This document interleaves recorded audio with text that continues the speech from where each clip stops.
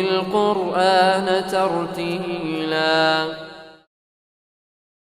أعوذ بالله من الشيطان الرجيم. بسم الله الرحمن الرحيم. الحمد لله الذي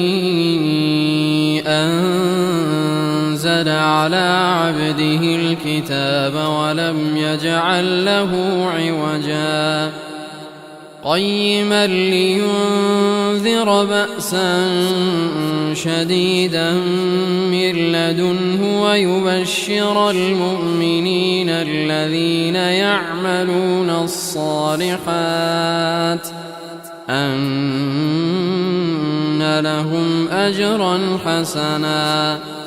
ماكثين فيه أبدا وينذر الذين قالوا اتخذ الله ولدا ما لهم به من علم ولا لآبائهم كبرت كلمة تخرج من أفواههم إن يقولون إلا كذبا فلعلك باخع نفسك على آثارهم إن لم يؤمنوا بهذا الحديث أسفا إنا جعلنا ما على الأرض زينة لها لنبلوهم أيهم أحسن عملا وإنا لجاعلون ما عليها صعيدا جرزا أم حسبت أن أصحاب الكهف والرقيم كانوا من آياتنا عجبا إذ أوى الفتية إلى الكهف فقالوا ربنا آتنا من لدنك رحمة وهيئ لنا من أمرنا رشدا فضربنا على آذانهم في الكهف سنين عددا ثم بعثناهم لنعلم أي الحزبين أحصى لما لبثوا أمدا نحن نقص عليك نبأهم بالحق إنهم فتية آمنوا بربهم وزدناهم هدى وربطنا على قلوبهم إذ قاموا فقالوا ربنا رب السماوات والأرض لن ندعو من دونه إلها لقد قلنا إذا شططا هؤلاء قومنا اتخذوا من دونه آلهة لولا يأتون عليهم بسلطان بين فمن أظلم ممن افترى على الله كذبا وإذ اعتزلتموهم وما يعبدون إلا الله فأووا إلى الكهف ينشر لكم ربكم من رحمته ويهيئ لكم من أمركم مرفقا وترى الشمس إذا طلعت تزاور عن كهفهم ذات اليمين وإذا أغربت تقرضهم ذات الشمال وهم في فجوة منه ذلك من آيات الله من يهد الله فهو المهتد ومن يضلل فلن تجد له وليا مرشدا وتحسبهم أيقاظا وهم رقود ونقلبهم ذات اليمين وذات الشمال وكلبهم باسط ذراعيه بالوصيد لو اطلعت عليهم لوليت منهم فرارا ولملئت منهم رعبا وكذلك بعثناهم ليتساءلوا بينهم قال قائل منهم كم لبثتم قالوا لبثنا يوما أو بعض يوم قالوا ربكم أعلم بما لبثتم فابعثوا أحدكم بورقكم هذه إلى المدينة فلينظر أيها أزكى طعاما فليأتكم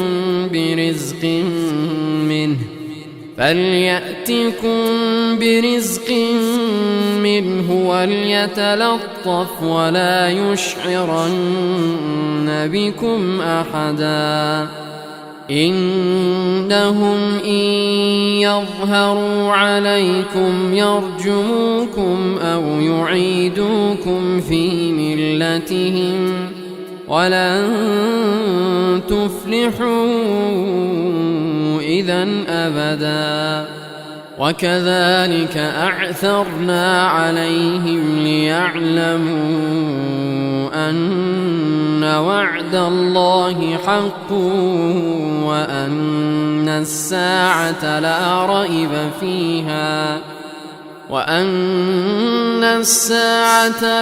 ريب فيها إذ يتنازعون بينهم أمرهم فقالوا ابنوا عليهم بنيانا ربهم أعلم بهم قال الذين غلبوا على أمرهم لنتخذن عليهم مسجدا سيقولون ثلاثة رابعهم كلبهم ويقولون خمسة سادسهم كلبهم رجما بالغيب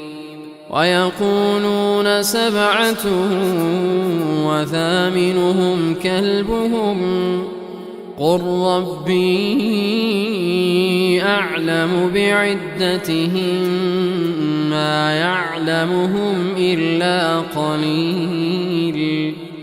فلا تمار فيهم إلا مراء ظاهرا ولا تستفت فيهم منهم أحدا ولا تقولن لشيء إني فاعل ذلك غدا إلا أن يشاء الله واذكر ربك إذا نسيت وقل عسى أن يهديني ربي لأقرب من هذا رشدا ولبثوا في كهفهم 300 سنين وازدادوا 9 قل الله أعلم بما لبثوا له غيب السماوات والأرض أبصر به وأسمع ما لهم من دونه من ولي ولا يشرك في حكمه أحدا واتل ما أوحي إليك من كتاب ربك لا مبدل لكلماته ولن تجد من دونه ملتحدا واصبر نفسك مع الذين يدعون ربهم بالغداة والعشي يريدون وجهه ولا تعد عيناك عنهم تريد زينة الحياة الدنيا ولا تطع من أغفلنا قلبه عن ذكرنا واتبع هواه وكان أمره فرطا وقل الحق من ربكم فمن شاء فليؤمن ومن شاء فليكفر إنا أعتدنا للظالمين نارا أحاط بهم سرادقها وإن يستغيثوا يغاثوا بماء كالمهل يشوي الوجوه بئس الشراب وساءت مرتفقا إن الذين آمنوا وعملوا الصالحات إنا لا نضيع أجر من أحسن عملا أولئك لهم جنات عدن تجري من تحتهم الأنهار يحلون فيها من أساور من ذهب ويلبسون ثيابا خضرا من سندس واستبرق متكئين فيها على الأرائك نعم الثواب وحسنت مرتفقا واضرب لهم مثلا الرجلين جعلنا لأحدهما جنتين من أعناب وحففناهما بنخل وجعلنا بينهما زرعا كلتا الجنتين آتت أكلها ولم تظلم منه شيئا وفجرنا خلالهما نهرا وكان له ثمر فقال لصاحبه وهو يحاوره أنا أكثر منك مالا وأعز نفرا ودخل جنته وهو ظالم لنفسه قال ما أظن أن تبيد هذه أبدا وما أظن الساعة قائمة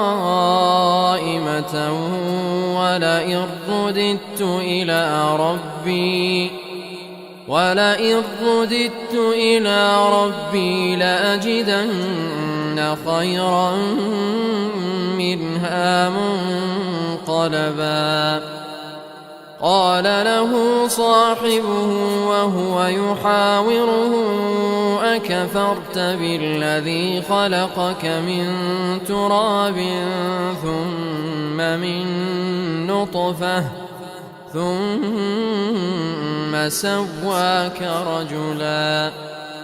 لكن هو الله ربي ولا أشرك بربي أحدا ولولا إذ دخلت جنتك قلت ما شاء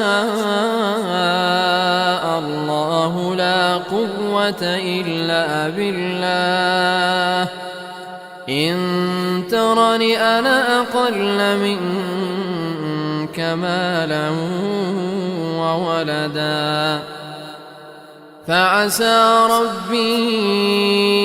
أن يؤتيني خيرا من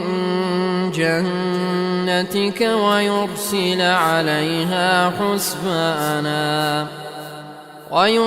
عليها حسبانا من السماء فتصبح صعيدا زلقا أو يصبح ماؤها غورا فلن تستطيع له طلبا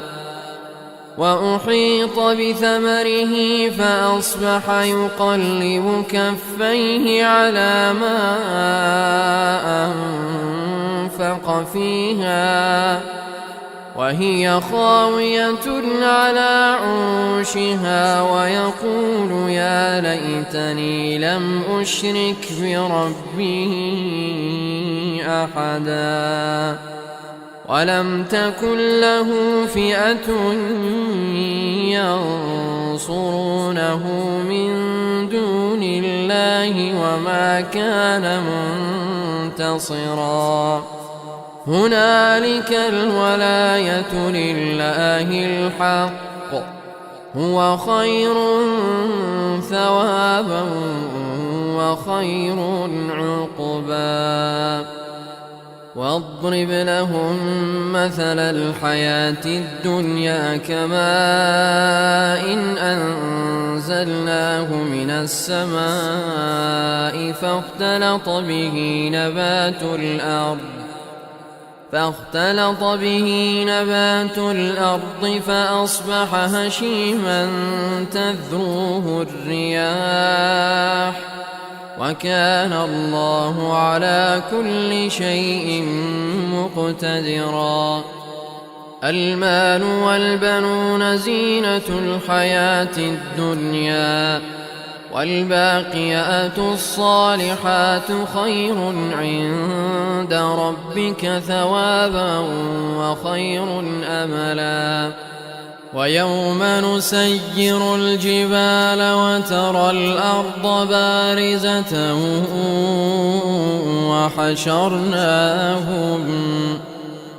وحشرناهم فلم نغادر منهم أحدا وعرضوا على ربك صفا لقد جئتمونا كما خلقناكم أول مرة بل زعمتم أن لن نجعل لكم موعدا ووضع الكتاب فترى المجرمين مشفقين مما فيه ويقولون يا ويلتنا ما لهذا الكتاب لا يغادر صغيرة ولا كبيرة إلا أحصاها ووجدوا ما عملوا حاضرا ولا يظلم ربك أحدا وإذ قلنا للملائكة اسجدوا لآدم فسجدوا إلا إبليس كان من الجن ففسق عن أمر ربه أفتتخذونه وذريته أولياء من دوني وهم لكم عدو بئس للظالمين بدلا ما أشهدتهم خلق السماوات والأرض ولا خلق أنفسهم وما كنت متخذ المضلين عضدا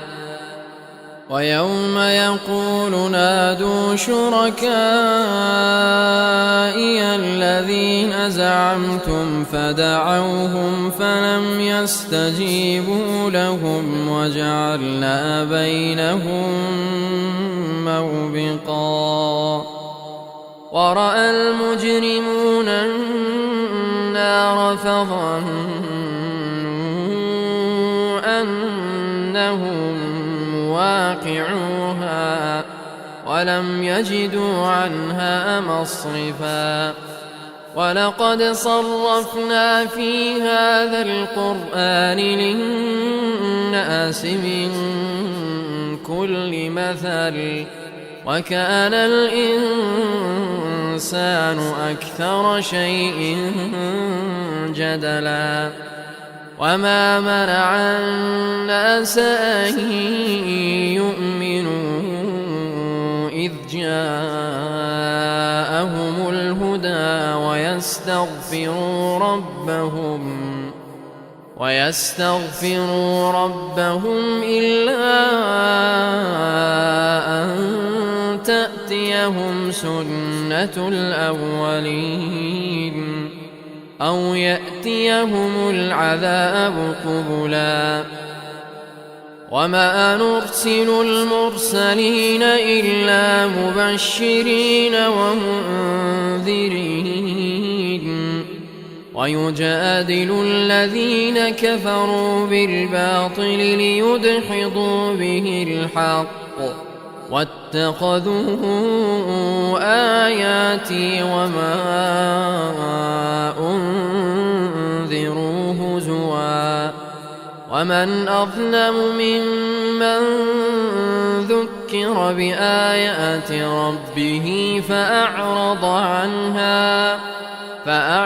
عنها ونسي ما قدمت يداه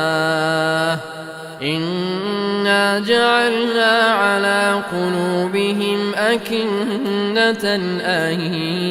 يفقهوه وفي آذانهم وقرا وإن تدعهم إلى الهدى فلن يهتدوا إذا أبدا وربك الغفور ذو الرحمة لو يؤاخذهم بما كسبوا لعجل لهم العذاب بل لهم موعد لن يجدوا من دونه موئلا وتلك القرى أهلكناهم لما ظلموا وجعلنا لمهلكهم موعدا وإذ قال موسى لفتاه لا أبرح حتى أبلغ مجمع البحرين أو أمضي حقبا فلما بلغا مجمع بينهما نسيا حوتهما فاتخذ سبيله في البحر سربا فلما جاوزا قال لفتاه آتنا غداءنا لقد لقينا من سفرنا هذا نصبا قال أرأيت إذ أوينا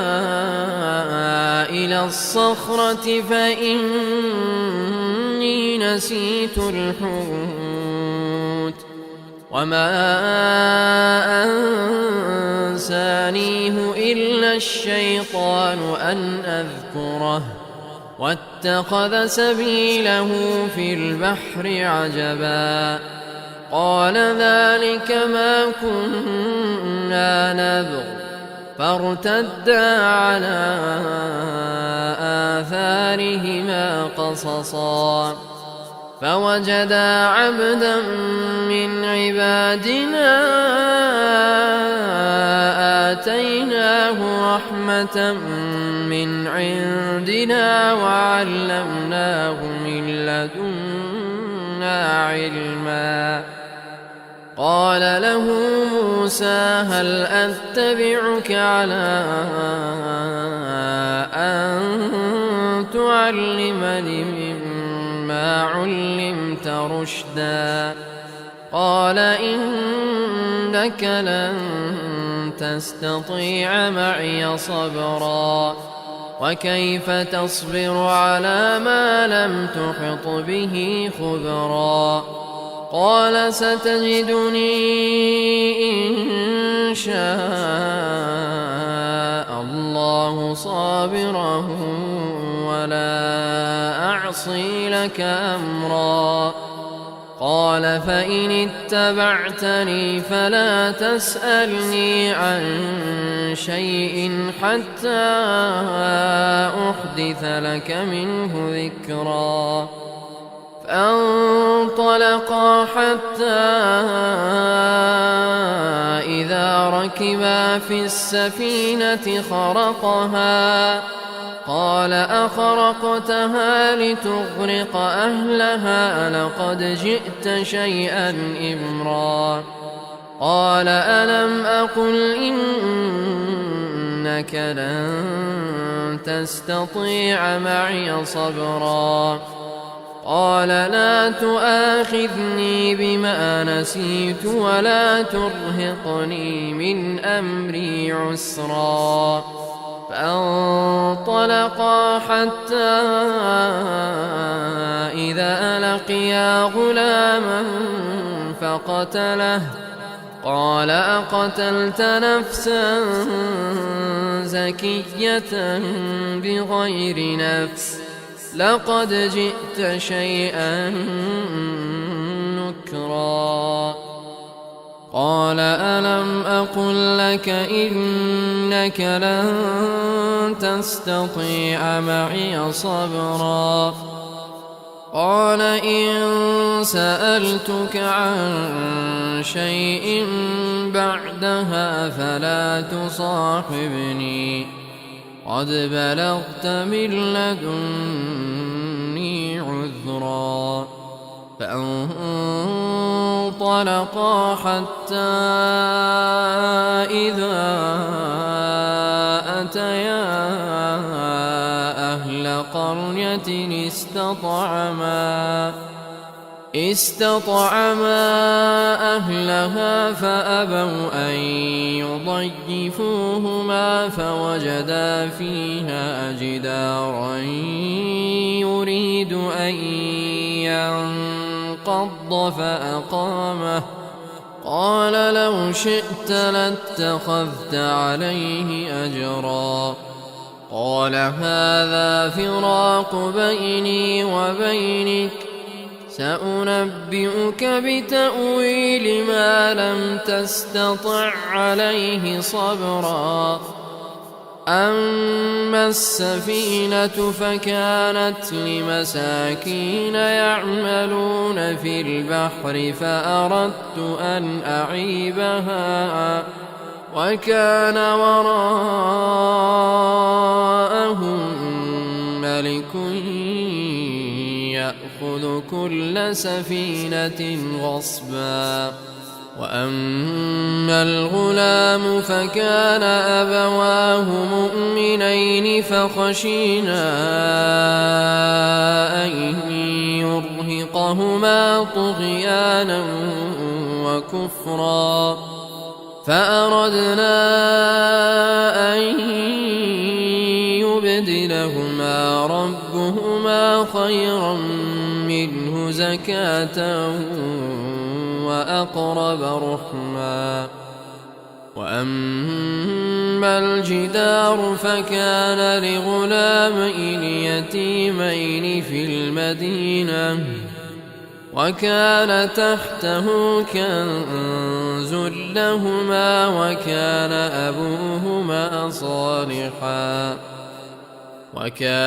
أبوهما صالحا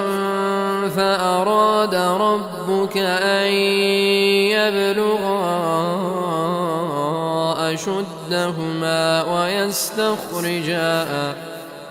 ويستخرجا كنزهما رحمة من ربك وما فعلته عن أمري ذلك تأويل ما لم تسطع عليه صبرا ويسألونك عن ذي القرنين قل سأتلو عليكم منه ذكرا إنا مكنا له في الأرض وآتيناه من كل شيء سببا فأتبع سببا حتى إذا بلغ مغرب الشمس وجدها تغرب في عين حمئة ووجد عندها قوما قلنا يا ذا القرنين إما أن تعذب وإما أن تتخذ فيهم حسنا قال أما من ظلم فسوف نعذبه ثم يرد إلى ربه فيعذبه عذابا نكرا وأما من آمن وعمل صالحا فله جزاء الحسنى وسنقول له من أمرنا يسرا ثم أتبع سببا حتى إذا بلغ مطلع الشمس وجدها تطلع على قوم لم نجعل لهم من دونها سترا كذلك وقد أحطنا بما لديه خبرا ثم أتبع سببا حتى إذا بلغ بين السدين وجد من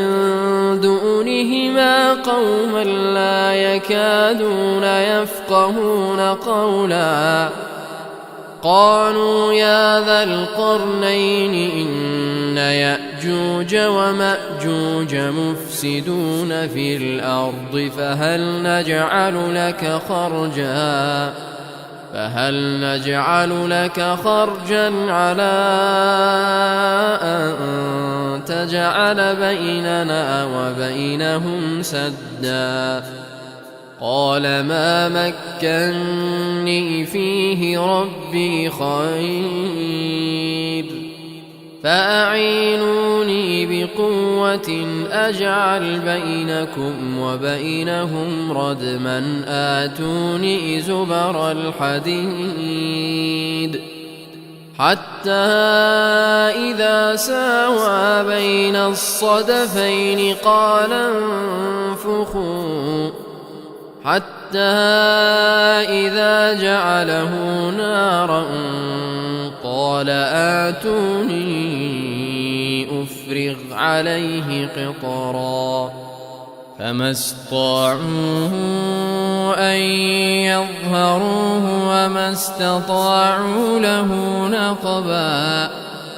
قال هذا رحمة من ربي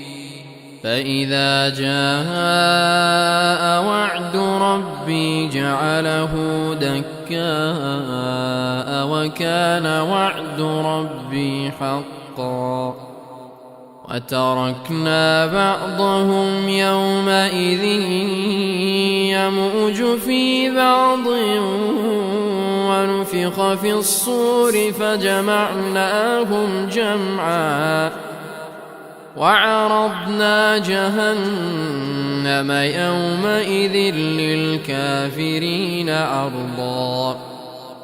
الذين كانت أعينهم في غطاء عن ذكري وكانوا لا يستطيعون سمعا أفحسب الذين كفروا أن يتخذوا عبادي من دوني أولياء إنا أعتدنا جهنم للكافرين نزلا قل هل ننبئكم بالأخسرين أعمالا الذين ضل سعيهم في الحياة الدنيا وهم يحسبون أنهم يحسنون صنعا أولئك الذين كفروا بآيات ربهم ولقائه فحبطت أعمالهم فلا نقيم لهم يوم القيامة وزنا ذلك جزاؤهم جهنم بما كفروا واتخذوا آياتي ورسلي هزوا إن الذين آمنوا وعملوا الصالحات كانت لهم جنات الفردوس نزلا خالدين فيها لا يبغون عنها حولا قل لو كان البحر مدادا لكلمات ربي لنفد البحر قبل أن تنفد كلمات ربي ولو جئنا بمثله مددا قل إنما أنا بشر مثلكم يوحى إلي أنما إلهكم إله واحد فمن كان يرجو لقاء ربه فليعمل عملا